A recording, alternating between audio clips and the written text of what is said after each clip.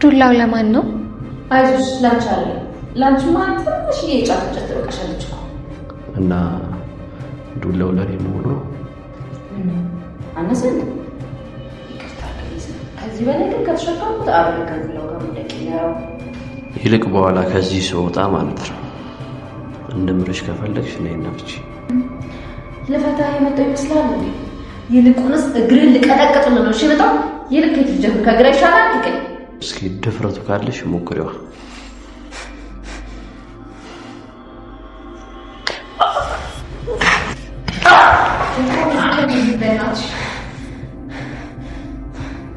ታውቃለህ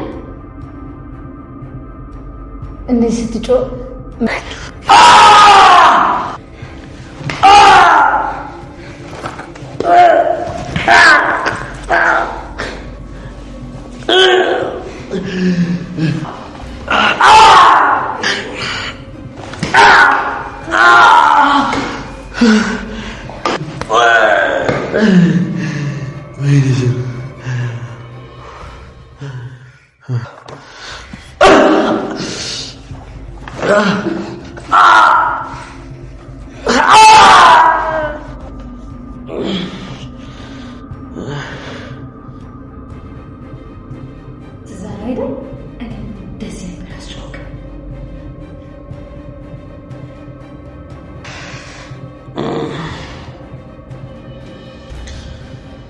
ለሴት አዝናለሁ ምናምን ትላለች።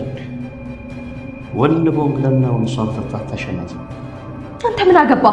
ምን አለ ለኔ ሆነ አንዴ እድሉን ሰጠኝ። ምን አሱ ጎልጉዬ ባውጣለት በጣም ከዚህ ሶታ አንቺን ምን እንደማደርግሽ እየጠቆምሽ ነው።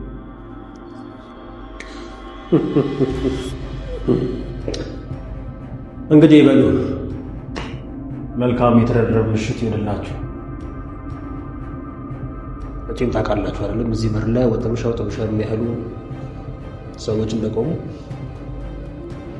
አንድ ነገር እናደርጋለን ብትሉ ሊሆን የሚችለው መቼም ለእናንተ አለናችሁ። ለነገሩ ማለት ልክ ናት። በየትኛው አቅማችሁ ታደርጋላችሁ? በሉ መልካም እስቲ የመድብል ስራ የተመቻችሁ ብቻ ቪዲዮውን ላይክ ያደረጋችሁት ጀምሩት። መድብል እንደዛተውም አልቀርም ዝናን አግቶ ይዞታል።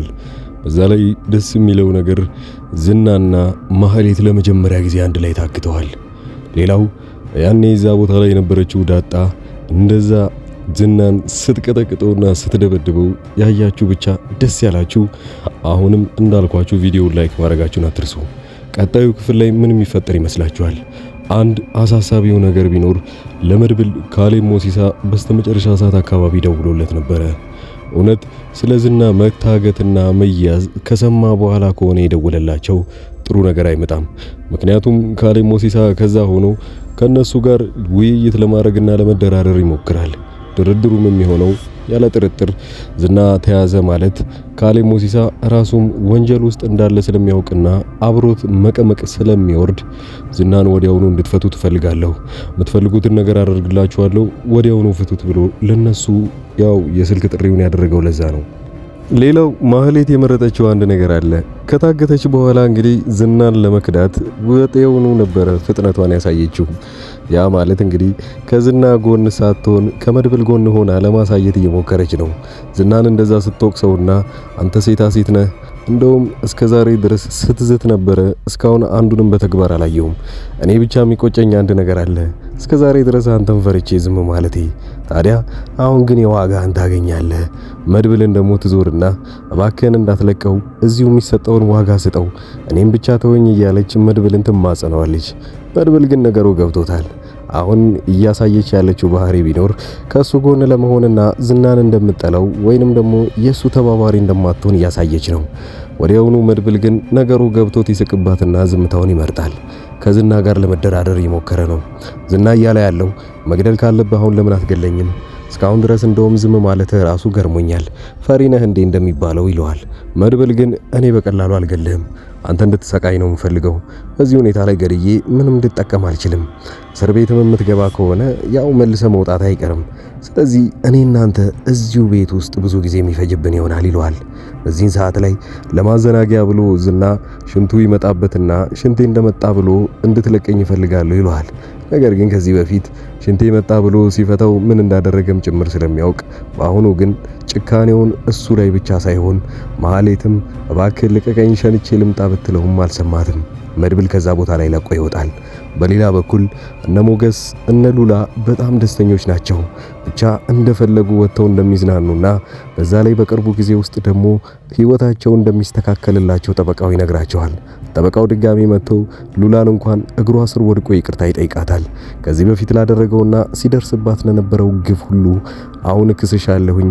በዛ ላይ ከዚህ በኋላ ያው ትዳርሽ መፈታት ስላለበት ከዚህ በፊት የነበረው ወዲያውኑ ዝና እንዲፈርም እናደርገውና ሙሉ ለሙሉ ከሱ ጋር ያለሽን ውል ታቋርጫለሽ፣ ንብረትሽም በስነ ስርዓት ይመለስልሻል ይላታል። ሞገስ ሉላ በቅርቡ ደስታቸውን አንድ ላይ የሚያጣጥሙ ይሆናል። አዲስ ህይወት፣ አዲስ ምዕራፍ አንድ ላይ ይጀምራሉ። ሌላው በቅርብ ጊዜ ውስጥ ልትሞሸር ያለችውን ቅድስትን ተዋውቋት። ቅድስት ከዚህ በኋላ ሽማግሌ እንደሚላክ በ3 ቀን ውስጥ ተነግሯታል።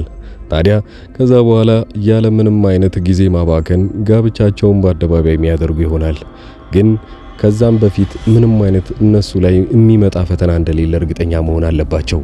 አሁን ትልቁ ፈተናቸው የነበረው ዝና ነው። ዝናም ተይዟል። ነገር ግን አሁን ብሩክ እያመጣ ያለው አዲስ ሐሳብ አለ። ለፖሊሶች እንስጣቸውና ከዚህ ነገር እንገላገል። እኛ ጋር ብዙ መቆየት የለበትም። ጥሩ ነገር ይዞብን አይመጣም ብለው ነው የሚያስቡት። ታዲያ ብሩክ እያለ ያለው ይሄ ነገር ቢሆንም ግን በዚህ በኩል መድብል አልተስማማበትም ሐሳቡን። እኛ ለመልሰን ለፖሊሶች የምንሰጠው ከሆነ ኢቭን የማያውቁት ፖሊሶች ጋር እንኳን ሄደን ብንሰጣቸው ሌሎቹ ፖሊሶች ከነዚህ ጋር በመተባበር ያስፈቱታል። መልሶ እኛው ላይ ነው ይሄ ሁሉ ማቅ የሚወርድብን ይለዋል። ይሄኔ ግን ሞገስ ወደ ኋላ አንድ ነገር ትዝ ይለዋል። ያ ሁላ ህይወቱ ሲበጠበጥና የሚበላው እንኳን አጥቶ ከነሱ ጋር ማለትም ከሉላ ጋር ያኔ ምግብ ሲቋደሱ እሷ እንዳይርባት በደንብ እንድትበላ ብሎ እየተወላት እንደነበረም ጭምር ያን ሁላ ስቃይ በዝና ምክንያት እየመጣበት እንደሆነ ሲያውቅ እሱም በተራው ልክ እንደ ዳጣ እየመታው ያንን ሁሉ ሲያስታውሰው ነበረ። እያንዳንዳቸው እንደዛ እያደረጉ ነው። ነገር ግን ማህሌት እባካችሁ እኔም እንደ ዳጣ የራሴን ተራ ልምታው እያለች ፍቱኝ እያለች ነበረ። እውነት እቺ ልጅ ተንኮል አስባ ነው ወይንስ ምንም አይነት ተንኮል ሳታስብ እሷ ተጸጽታ ይመስላችኋል? ከዚህ በፊት እኔ ምንም አይነት ነገር እናንተ ላይ ጉዳት አላደርስም ብላ ተመልሳ ጉዳት ስታደርስባቸው ነበረ። በአሁኑስ የሚሸወዱ ይመስሏችኋል ወይ? የራሳችሁን ሐሳብ ኮሜንት ላይ ያስቀምጣችሁልኝ። ቀጣይ ክፍልን እስኪመጣ ድረስ በጉጉት እንድትጠብቁ ላለሁኝ። ሌላው ቻናሉን ሰብስክራይብ ያላረጋችሁ ሰዎች ሰብስክራይብ በማድረግ አብራችሁኝ ቆዩ።